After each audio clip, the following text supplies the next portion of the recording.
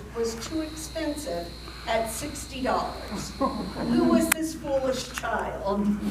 And it was my dad's older brother. And that created story. And all of the cousins who had not heard these stories were just amazed by it. It was quite a treat. And then, oops, before we go on to there, I'll take you here. I had gone to my mother's side of the family. Now, right here, this is the history from my dad's side of the family. You can see we're not too shabby on his end. This is the history on my mother's side of the family. And what I found is when you are talking to people, you need to have a frame of reference. You need to have something that you can communicate with them. My grandfather had been in Battle of the Bulge.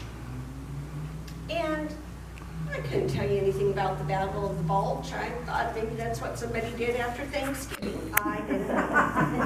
And I found this book that was this wonderful narrative history of the Battle of the Bulge. And so I got a chance to sit down with my grandfather. And I'm writing feverishly everything that he is saying. And so where are my eyes during this whole process? They're down here, like this, writing. What I found that I wrote was that things that were very similar to what was on his, help me military people, DD 214. 214? Yeah, it's done. Okay. And you will see, I missed the story. I did a really good job on facts, but I missed the story. I missed the important part. This is the cow pie to avoid. I would have been so much better had I had an audio recording going off on the side. I missed it. Thank God that there was, oops, I don't think I took a picture of it here, a historian from the town who interviewed him. And she did a way better job. Mr. Joyce, I understand the wisdom of a story well told. And she put in some things that said, sometimes if you listen, really listen, there's a big heart-touching story in a short sentence. I heard that story when Otto made this simple remark. Sometimes when I was in service, I would look at the moon and think, that same moon is shining back home. And then she got that. I can tell you name, rank, and serial number, you know. And then they had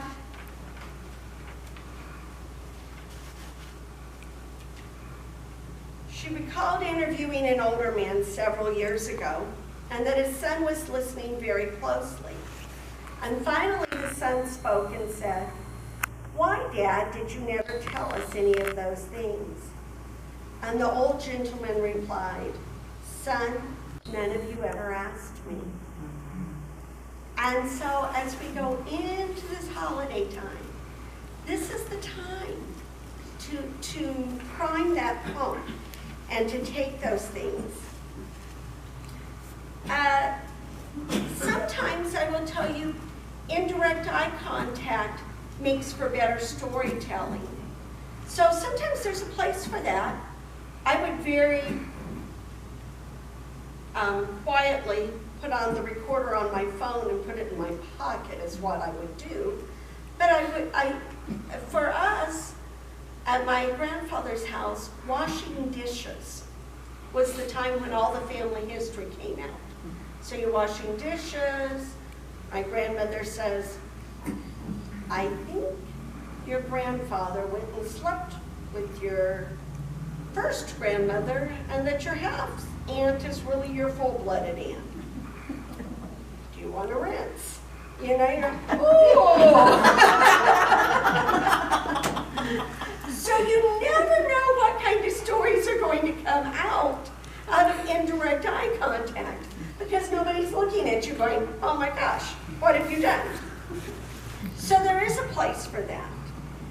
There is also, as you're doing stories, ornaments are a great way of telling family stories.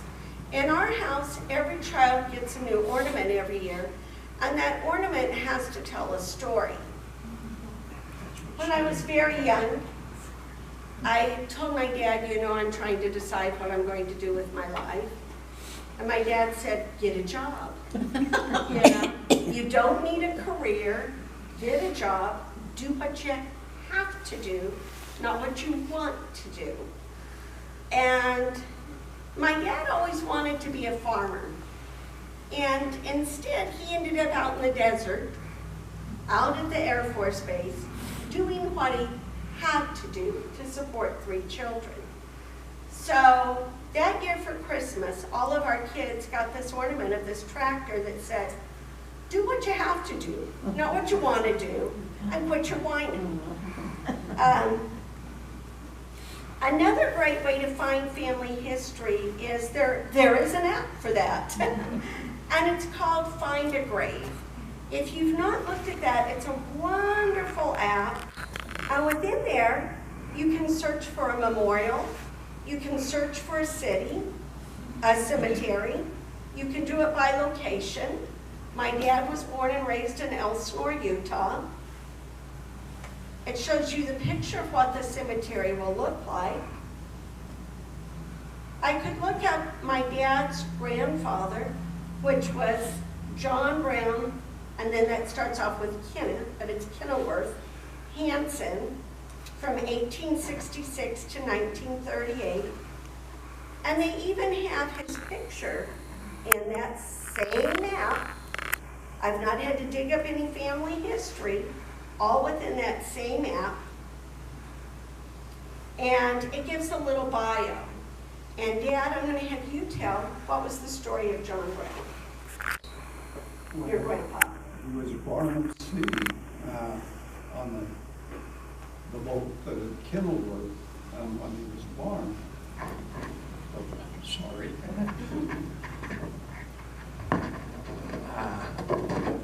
Can you hear me now? Yeah. Okay, when he was born out on the ocean, and the captain of the ship was named John Brown, and the ship's name was Kenilworth. So when they got off the ship and they were leaving, he asked their mother or their father to name the child after him. So they named him after the boat. And how did that go? They went, whoops, sorry. They named him after John Brown Kenilworth Hansen. That was his name. And he was the boat and the captain were named after him. He was named after them. There, he was named after them, yeah. But when they left, the reason they left Denmark is where they were at. And Denmark had been in a war with Germany in about, it must have been about 1870, something like that. And John Brown Kenilworth's dad, had been a prisoner of the Germans for about a year. And the war was finally over, and he came back to Denmark. They had nothing, and they didn't know what they were going to do. So Mormon missionaries come by and says, go to Utah. So they got on the boat, floated out across the sea, and they lived in New York, and there was a little train that went, I think, almost to Chicago. And so they took the boat into Chicago, or the train into Chicago, And then it was, from there, it was walking all the way to Salt Lake City. They had a push cart, and if you've seen one of those push carts, they ain't easy to push. So they pushed that cart, but they had all their earthly possessions in that cart when they come into Utah. Not anything extra at all. And I don't know how they did it. If it had been me, I would have said, "You guys go ahead. I'm going to take a nap." So that's. Well, sorry, I can't keep that up. You know, for my dad, Memorial Day is more than a 3-day weekend and more than a great beginning of summer or sales. He truly goes up to Utah, and that is the gravesite of John Brown Kenilworth Hansen and of the grandma, Anna Christina, that read the book to him. And every year, he puts out the flowers for them. And that is the mother and father of my dad's mother, and the flowers are put out for her. So Memorial Day becomes a day of continued storytelling. And we have to go down to the local store. And when we go in there, Dad, what does the little cashier tell you? I don't know, I can't remember. Yeah, you do. What are you going to do with all them flowers? And she says, "It looks to me like you have more family In the cemetery than you do out of the cemetery. And that has become true as I've gotten older. I know more people in the cemetery than out of the cemetery. So. And I just went up there over this past weekend. My cousin died, and they had to sort services up there. Well, out in that Elsinore Cemetery, just a little ways from that monument, there was a stone slate about that tall, stuck in the dirt. And as a kid, I'd go up there, I asked my grandmother, I said, "Oh, who is that?" And she says, "That's the first child that was buried in the Elsinore Cemetery." And I just let it go at that. And then as I got older, I said to my cousins up there, "You know, we ought to get a monument put down there just so people will know that this is the first child or first person put in the Elsinore Cemetery." So we did that this weekend. Finally got it one. Got together with everybody, and everybody chipped in a few bucks. But my cousin's son is now the custodian of the cemetery up there. And he has just put a whole lot into that. And he done all the research. I didn't even know her name. I didn't know anything about it. He went back, went through all the cemetery records, found out there was the little girl that was buried there was my grandmother's younger sister. She was 4 years younger than my grandmother. And my grandmother never told me that. When I'd see the stone, she'd just say, "That's the first person buried in the Elsinore Cemetery."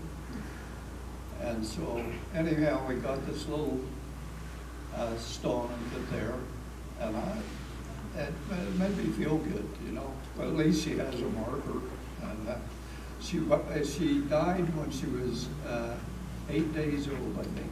Was a baby, and that's all that's there. Was just a little rock and no name, no nothing. You know. I think, did I? Well, yeah, but I didn't put it up yet. Oh, well, you should have. Well, I did. If you hadn't taken off and gone to Utah, I would have had more time to put this together. Now, so you start doing some history and you start going, huh? I should, yeah. Dawn's family is real special. And so you notice that I have a Twinkie box. And I sat down Dawn's dad because now I'm rather bedazzled with my family history taking skills. And I set him down and I say, "Tell me some stories tell me some history. This is what I got, what is on the back of the Twinkie box. So there truly will be a Twinkie defense, Matt. Family historian goes berserk over the Twinkie box. So Don's dad is one of 10 kids, and they all wanted some story, some history.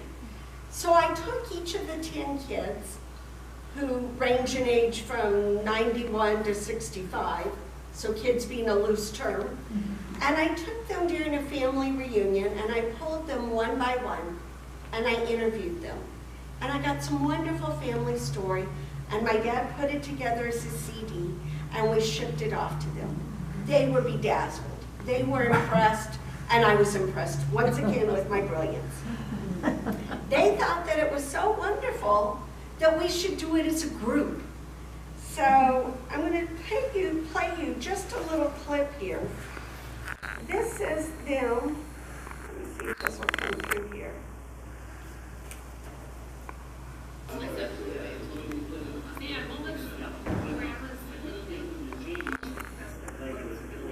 Now you should all look totally perplexed.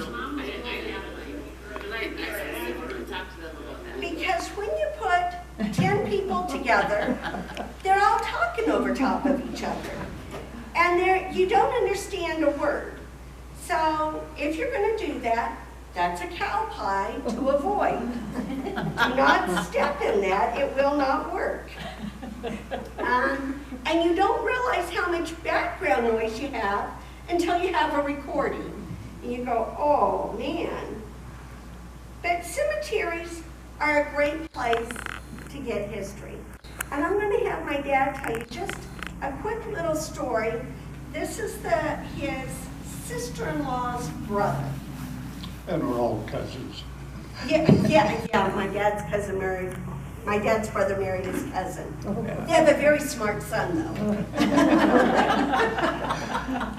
But this is Ballard Larson, his resting place. And Ballard always wanted to be a jet pilot. And he, at that time, in the Cedar City College, they had an ROTC program. And Ballard went through that, and he got his commission through that ROTC program, and then he went into the Air Force, and he became a jet pilot, and he was flying 104s. And there was a group, I think there was 5 in the group, and they're going to take these 104s to Europe, and they had lived down in the, what is it?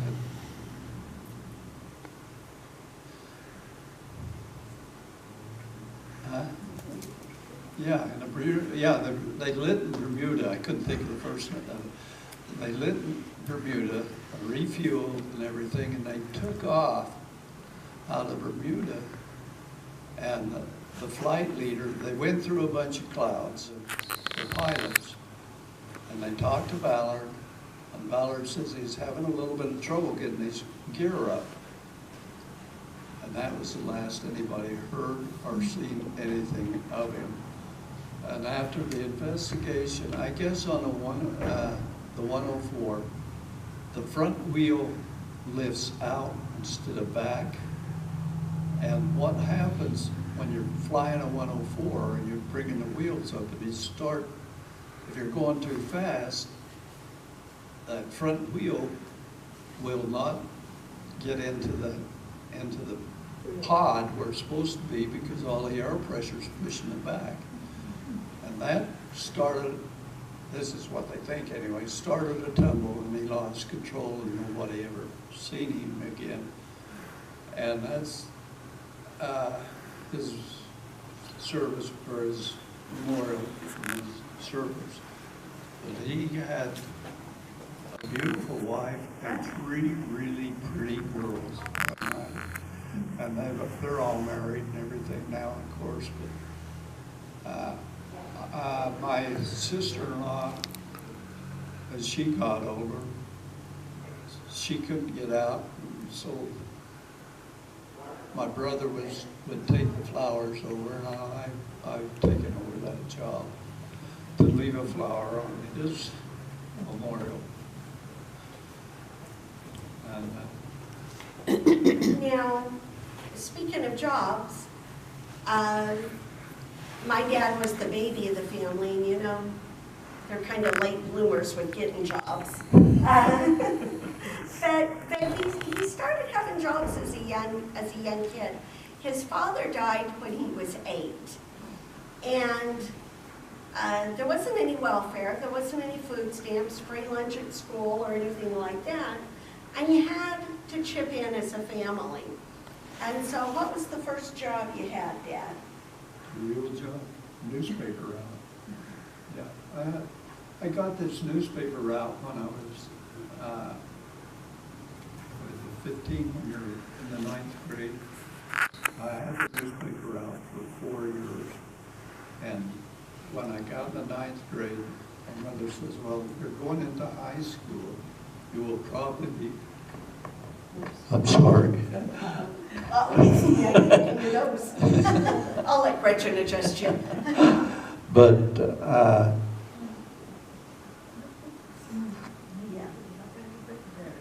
no, that's okay. It's okay with me if not, if everybody can hear it. But anyhow, I had that job as a newspaper delivery. And my mother, I started out on a swing bicycle.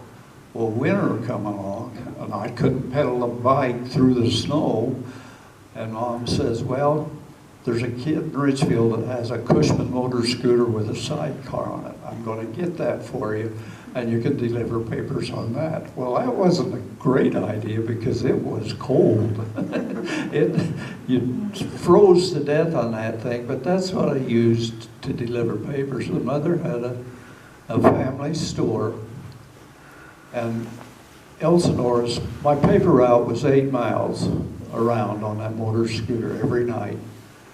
And I knew everybody in town, and everybody knew me, and my mother had that grocery store. You think I got away with a whole lot? No.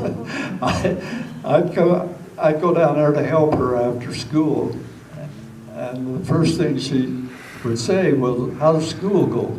Oh, it went fine. Well, what did you do today? You know, I'm getting a 3rd degree every day, but it was a great life. I had a Tom Sawyer life in that little town. It was really fun to grow up there. And so what was this coin here, Dad? Oh, that's, I don't know.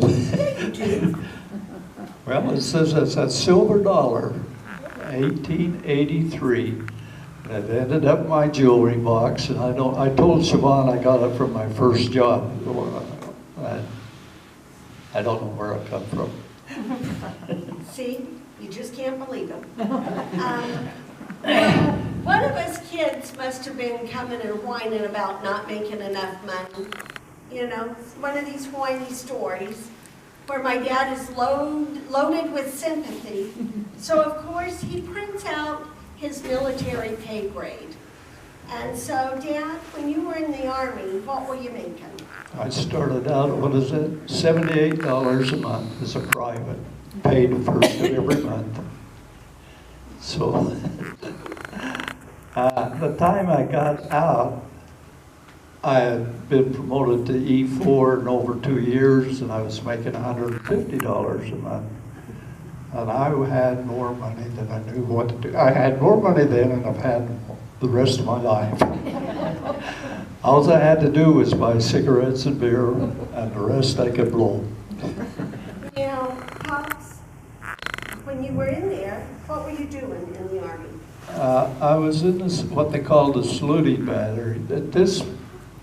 We had 4 cannons like that, but we always went to all of the ceremonies with the dignitaries that come into town. And you were back at Arlington. Yes, in Arlington, the 3rd Infantry.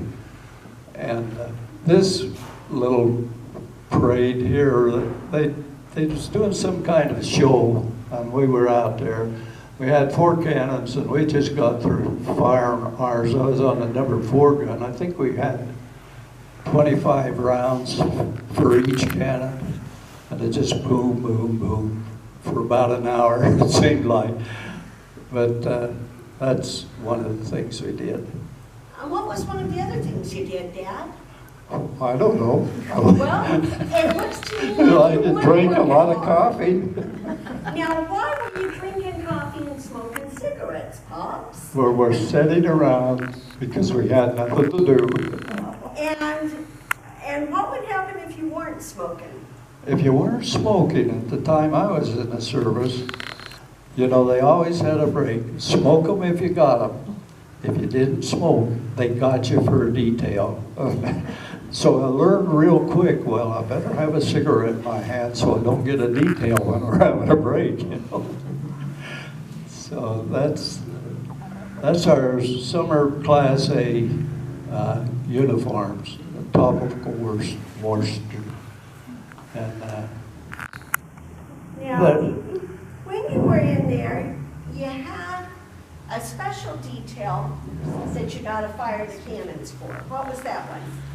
well, we fired President Kennedy's first 21-gun salute after he was inaugurated. Now, tell me how that morning started off. Damn cold. Washington, D.C. has absolutely, or at that time, had absolutely no way to move snow. And they got the biggest snowstorm they had ever had on the night before the inauguration. And their hire guys with $5 come down here with your scoop shovel and scoop off Pennsylvania Avenue. So that's what they were doing, and we had to take our cannons up to the Capitol building, and we left the Fort Myer. We had to go across Memorial Bridge. Well, we always, if you've seen that, everybody had a coffee cup. In each one of the trucks, we always carried a 5-gallon canister of coffee because we never knew what we was going to do. And we got out there on Memorial Bridge and the traffic was totally stopped. We could not move one way or another. And we're sitting there wondering what the heck we're going to do. Well, in a little while, here comes the shore patrol, and they're all chained up. We had those deuce knives, all 10 wheels chained on it. And here comes the shore patrol, and they says, "Where are you guys headed?" We're trying to get to the Capitol building so we can set up our cannons for tomorrow. They said, "Follow us." We went through every park, and we never hit one road. And I don't know where they took us, but we followed them. And they took us up there, and we was able to set the cannons up, and we fired President Kennedy's first 21-gun salute up there. Now, how would I know some story about this 21-gun salute? Well, I don't tell that story because she gets all mad. Now, you'd think being his firstborn daughter, he would have been thinking about me coming along, but he didn't. Yeah. We were able to, the gunners and the loaders on those cannons were able to, one of the guys was the ammo bearer, and he always gathered up the shells. He says, "We're going to lose every one of those shells. You guys take 1 or 2 apiece." So I got 2 of them and brought them home. And a couple of the guys had them chromed and plated and named and all that. And I give one to my nephew and one to my niece. My nephew thought he got the world's best position. My niece is like a typical girl. "What is this for?" And lost it. So she lost her cannon shell, and that's the story of the cannon shells. But, Well, and I hear there was a little bit of flack for you guys picking up the cannon shells. well, yeah, there was. We all headed back to the barracks, and we hadn't been back there. We're just up in our bay, And Lowell had taken all the excess of still alive rounds back to the Quonset place where they kept them. And he come back and he says, there's some officers that want those cannon shells. And they come up into the bay. It says, we want one of those cannon shells. We don't have any, they were all stolen. Yeah. It was the truth. We don't have them. They took them. Somebody jumped the fence and took all the shells. And they just looked at us, yeah, we know somebody who took them. But anyhow, that's how we ended up with the cannon shells. Now, you know, as a kid, you get a different story. And I asked him how he got picked for this, on this detail, which was quite an honor. And he always told me, because I fit the uniform. So, I don't know if that's quite necessarily true, but he did look awful pretty gosh darn good in his uniform. And if you look at how they make their bed for inspection, you can see a little bit of the perfectionist that my father is and where he got it from. So he took those same skills and he got to come down to Rosamond, out to Edwards Air Force Base. And he started work out there. And when he started work out there, he was running what, Dan? What was this? That's a radar at Ely, Nevada. It's a Hare radar. That radar will reach from Ely to Canada. And we supported that. There were actually, when I started down there was 3 radars. There was one at Beatty, one at Edwards, and one at Ely. But when they got this Hare radar in, it sits up on about almost 11,000 foot mountain up above Ely. And that could reach clear to Canada if you have the altitude on the airplane. But that's what they were doing to track all the aircraft. And at that time, there was a X-15 that they were tracking. And then how did they relay this information that they were tracking? Teletypes. So they didn't call on the cell phone? No. No. And so what did the teletype do, Dad? It typed a letter. That's what it says, teletype. So and you read the letter. And were the keys truly an alphabetical key? This is a regular typewriter. Regular typewriter, okay. Keyboard. Now, while I was growing up, I'd ask my dad every day. We were a one-car family. So kids nowadays, they say, well, it takes 2 incomes to maintain a family. Well, not if you maintained it at the standard the one-income families did. There was 1 car, no cell phones, no cable TV. And so, but I would ask my dad every day when I went down to the bus stop, which was down by Bob P. Ford's, and I'd walk home from him, and I'd say, Dad, what'd you do at work? And every day he'd tell me the same old, and it didn't matter, same old, that's all he did. But this is him, he actually did work. And on your phone, on your cell phone nowadays, you have a timer, you have your alarm clock, and you also have a frequency. A frequency thing in particular. It'll count seconds real fast. It'll count seconds real fast. And this was right here, how they were counting seconds. Yeah. And I think that would count all the way up to 20 megahertz, that counter. That was a fast one in those days. And you can see it's just pocket size. Yeah. Now, when you look at this, and remember, you're talking about a different time. He's come from the military. Smoke them if you have them. This is him in a government building. Do you notice anything in his hand? Cigarettes. Smoking in a government building. Now, this is my brother Scott. Scott, I'm going to have you stand right there, please. I was going to say that doesn't look like Scott at all.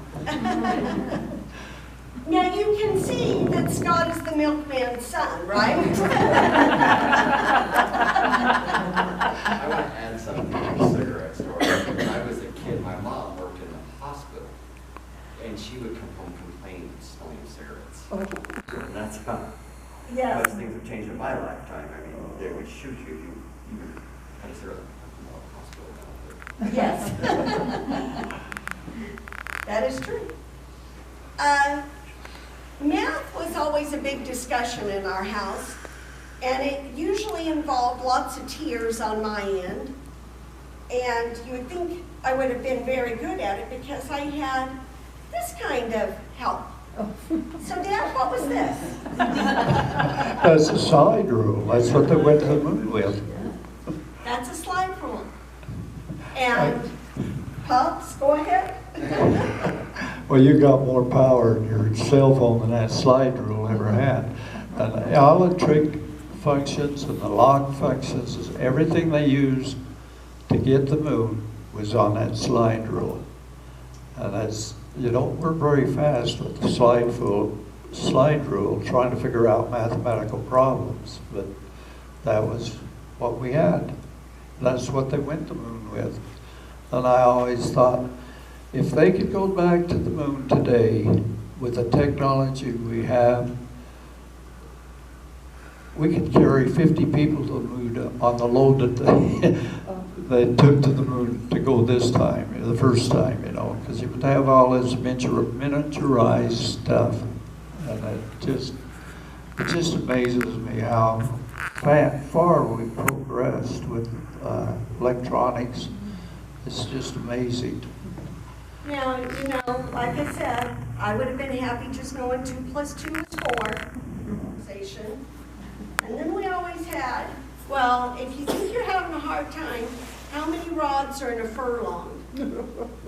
Well, like crap if I want to know. So, Dad, why would I want to know how many rods there are in a furlong? I don't know how many 40-yard rows there is, or 40-rod rows, you know. Actually, a furlong is 660 feet. There's 8 furlongs in a mile. Right? And why would this be useful information? Maybe not to me, but for you as a kid. Because I hold beats at 40-rod rows. And when you were holding beats at 40-rod rows, what did you get paid for? We got paid $13 an acre. And if you was really fast with your hoe, you could do a half an acre in a day if you started at 6 and quit at 6, you know. That's back before they had mechanical things to do it now. Now, like I said, my dad's a math whiz. So Gracie, come up here, please. These are Papa's pants.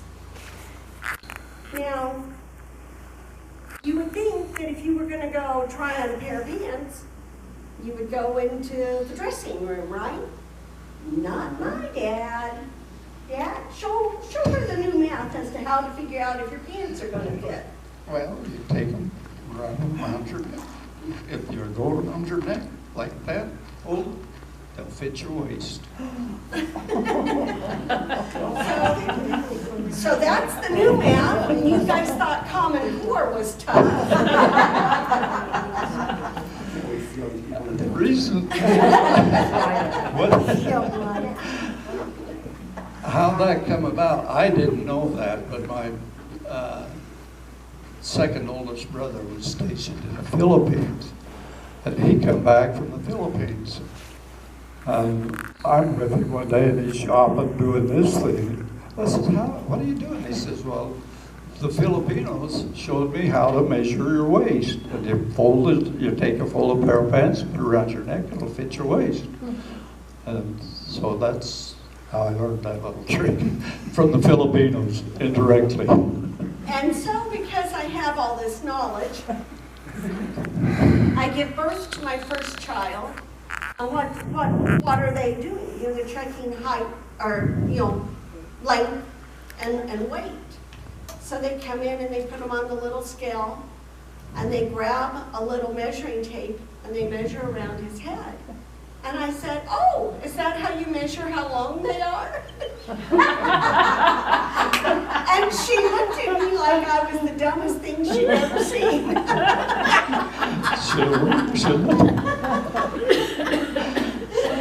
Little did I know.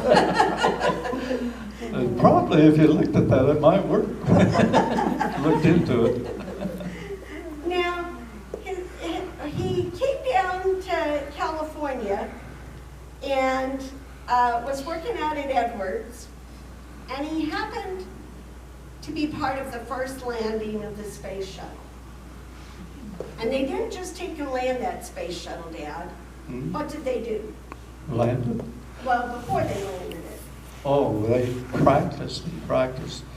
We practiced out on, Gracie, can you give me a little water?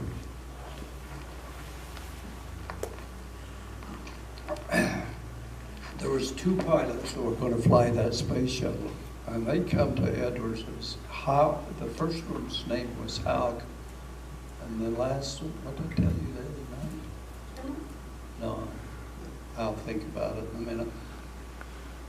Anyhow, they come with the F-4s, or no, they was using T-38s, and they were practicing night landings for that shuttle. And we're out on the runway from about, they'd practice a few day runs in the evening, and then they'd start, as soon as it gets dark, these 2 guys are flying shuttle landings in the dark. And that would go on until 5 o'clock, and Crippen was his name. Anyhow, they would fly these shuttle landings, and they're going, the 2 of them, they're trying to get on the runway. They would run lake bed landings and runway landings at night. And the first night they did that, while we was out there until it started getting light. And so we had all of our equipment laid out there. We're out gathering it, and we had some over on the runway, and we're getting our equipment gathered up. Here comes these 2 pilots with big pizzas for us, for the runway crew. And I thought that was pretty great. And that was Crippen and Houck was the 2 pilots that were doing that. Now, you would have a chance to see another astronaut back with John F. Kennedy. Which astronaut was that? John Glenn. He's the first astronaut that I'd ever seen. I didn't even know what an astronaut was, and I don't think he did either. But he was the first man to fly around, orbit the Earth in a capsule. And he made 4 orbits, and they had a big to-do there. Me and 2 other guys, they had extended us in our Army career because of a Bay of Pigs or something that was going on in Cuba. I went to bed one night with 90 days to go left in the Army. I woke up in the morning, I had a year and 90 days to go. He says, wait a minute, guys. Anyhow, on February, just about all the guys in our barracks were getting out around the middle of January. We should have been out about the 20th. Well, John Glenn made this orbital flight on February the 20th. And we're sitting down at the motor pool with our big 2.5s. Here comes one of the colonels or something from wanted us to take down all these chairs, because they're going down to Andrews, because they're going to have a big to-do for John Glenn down there. And so we took one deuce and a half and loaded it with chairs, and then we had red carpets. We loaded it in the other deuce and a half and took it down there. They had a big ceremony, and Kennedy come out, give his big speech and everything, and he's in the big limo, and they're getting ready to leave, and they're loading everybody in the limo, and John Glenn's had a little girl, probably about Gracie's age, and they get in the limo and they're driving away, and Kennedy picks up that little girl and puts her on her knees, on his knee, and I thought to myself, that's something that little girl's going to remember the rest of her life, right on the President of the United States knee. So I always thought Kennedy was pretty great for doing that. Yeah, politics can be special. You know, we give kids at school certificates for being good, having perfect attendance and those things. Well, apparently when you grow up, you also get some sort of a reward. So what are these, Dad? They're patches for every shuttle mission. When I was out there, they had a new patch. All the pilots get a new patch for that particular mission. That's how many sport people would get a patch if you were working. Well, we had to put up landing lights, they're called PAPI lights, ball bar lights, on the runways out of on the lake bed, because there's no lights out there. These are all portable. We'd have to run out there and set these lights up. It's a hard job to do if you do it at night. So we have to do it in the day and then set the lights up. But the lights are set, so the PAP lights, there's 4 of them, and are set as such, I think they started, well, it's a 3-degree glide slope, if I remember right, and 2 of them on one side were set low, and 2 on the other side. And as the pilots had come in, they would create a bar with these at night, or even in the daytime, they were really bright. And if you're coming in on that, if you're on the right glide slope, you will see one white light. If you're getting low, they all turn red. If you're getting high, they're all white. So you got to get that. They turn. If you're getting low, they'll start turning red. We'll see a red bar and another red and another one. All 4 of them will turn red. And then if you're too high, they'll turn white. So white and red. So anyhow, when you're a pilot coming in, you see this, you know what glide slope you're on. And then they had another instrument, it's called a ball bar. And it's set off the side of the runway. We'd set those up, and it was just a white light. And when you're coming in, it was the azimuth, and it was set up so if you're flying, you're looking at that. The ball sits on this bar, and it goes up and down visually. If you're getting off, it moves to the side and side. It's just through vision, it's nothing else, just the way that you set the lights up. So that's one of the shuttle things we did a lot of that. And then if you're really good, what do they give you? They give you a Snoopy Award. Really, out of all the names in the world, they could give you a Snoopy Award for being Hey, good. that was a big deal, you know. You get a Snoopy Award, you've been doing good. Now, in Rosamond, there wasn't any cell phones, and if somebody tied up a landline, it was busy, and there wasn't any Facebook, and you didn't blabber your business on Facebook if you had any business anyway. So things were done a little bit more in-house, and a little bit more private in theory. But my dad, being a smart man, he gave my little brother Scott this bright yellow truck to drive. It was better than Facebook. So, Dad, what happened one day with this bright yellow truck? What happened?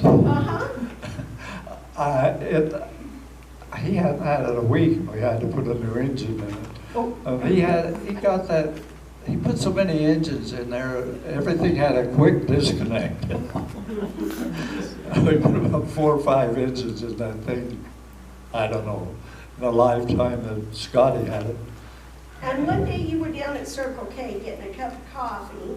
Yeah, and I'm in there, and there's a lady by what was her name? Dorothy Cox. Yeah, Dorothy Cox. And I come in to get a cup of coffee, and she says, "Have you seen Scott today?" And I says, "No, I haven't." And she says, "Well, you might want to go home and talk to him. The highway patrol had him pulled over here in front of the Circle K." So I go home, and here comes Scott. About a half hour later, pulls into the yard. I said, "Huh?" I don't know how you found out so quick. And he pulled into the driveway, and I says, "Well, is there anything you want to tell me today?"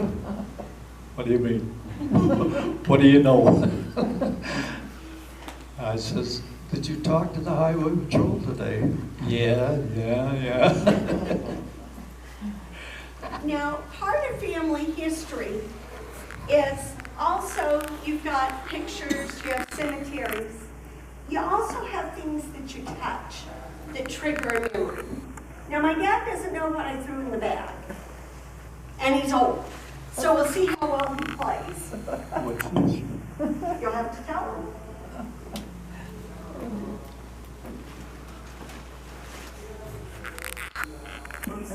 Here's the bag. I'm old.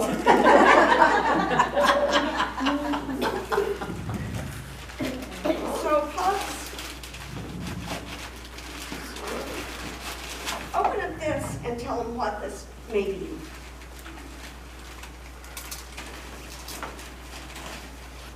That's one of my mother's china dishes. Chavonne got one when she died. She's got the set of those china dishes like that. Now, if you look at these china dishes, you will also see that there is history and connection, if you look very carefully down at the bottom, with those exact same dishes right here. And here's a better shot of those exact same dishes. So, the things that you touch that you're not aware of that become family history. Got one more other thing for my dad that'll have a little bit of history and story. Now I'm gonna, before he opens it, I want you to notice how much I would miss if I was writing versus watching him. He doesn't know what's in the box. Oh, thank you. Well, you've got a story to tell. This is a ring that my mother wore all her life. And when she died, I thought my sister-in-law had it. And I don't know how Chavonne got it. But she wore that ring constantly. And her brother had got that ring for her when he was in the First World War in Germany, and he had that, found that ring and bought it and gave it to her when he came home from the service. And that's the story behind that. And so, those stories and those things become very precious. So as you're going through your holidays, think about those things. And my dad's father died when he was 8. You hear kids nowadays and they say, well, you know, they're like this because they don't have a father, their father's not around. Lots of good excuses for this. My dad built the house that he lives in on the hill pretty much by himself. He used my brothers to help up on the roof, but he did that. He didn't hire any of it out. He did that by himself. He took and he remodeled or rebuilt a car engine because my mom drove it from Lancaster with the red light on. A lot about red lights that day. A lot of cuss words too. But he built that rebuilt that car without being a mechanic. That wasn't his trade. But he did those things because he's tenacious. So he may not be the smartest penny in the box, brightest penny in the box, but he's the most tenacious penny you'll ever find, and the most organized, and the most thoughtful, and the best at follow-up you'd ever find. And so I'm honored to have his story.